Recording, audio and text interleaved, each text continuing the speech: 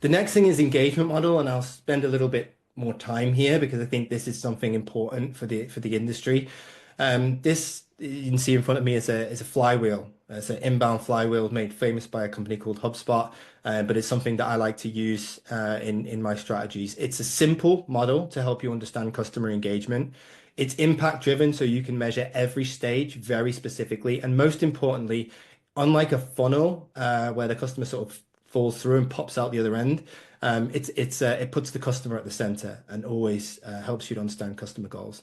So you can look at this in a few different ways. The first is like in terms of adoption ladder. Pharma likes to invent their own complex adoption ladders, but from a true marketing perspective, you can look at it like this. You have strangers, people who don't know you, they're not engaged with you, you don't have their data, nothing, they're just audience that you want to engage with. You have subscribers or prospects. Those are people who have shown some interest in your product. Maybe you have the data, you know who they are, and you know how to target them.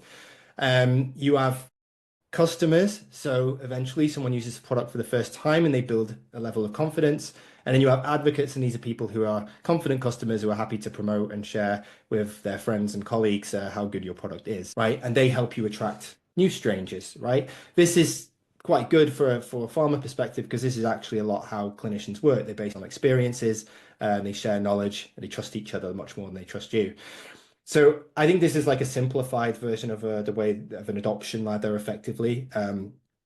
But it has three key stages. And if you focus on these three key stages one at a time, focusing on customer value, then you can have like a clear engagement plan, right? So stage one is to attract the strangers to you, right? This isn't about like getting a list of people and bombarding them with information, like, someone, you buy the data off someone and then you start trying to sell the product. That's a really bad way to do that. But this is actually attracting people with relevant, valuable stuff. I know a webinar, a report, an insight summary, a tool, whatever, something that is genuinely useful for them, doesn't have to be anything to do with your product at all. What that does is generate subscribers, like consented healthcare professionals. I call them subscribers because you treat people who are subscribers as people who should be sharing value with regularly rather than calling them consented, because that just sort of means they're giving you consent to give them promotional content, which doesn't seem like a friendly way.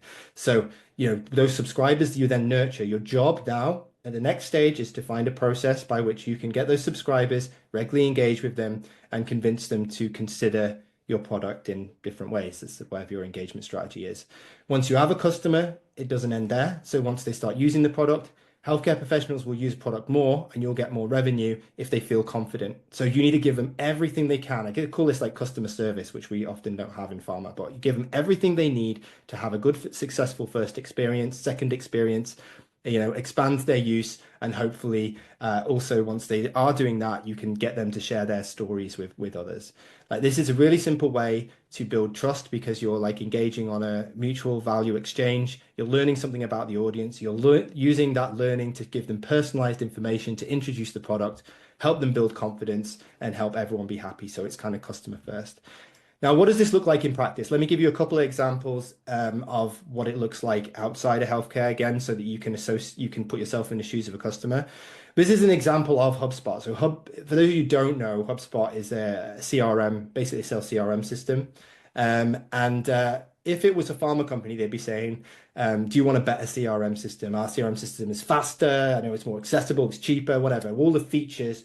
And they would try and sell that to you, right? That's what pharma does. They focus on differentiators in terms of features and benefits. But HubSpot don't do that. They basically ask you, do you want to become a better marketeer? So they show empathy. They share insights around what it's like to be a marketeer.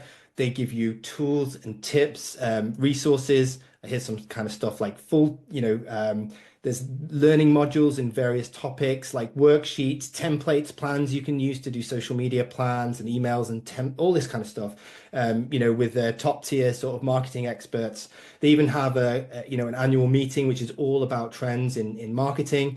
And of course, that's going to get a lot more people to subscribe to their content and engage with it. It's going to let people believe that they're the experts on marketing engagement, and therefore surely they must have a great CRM and people that can help you implement that CRM.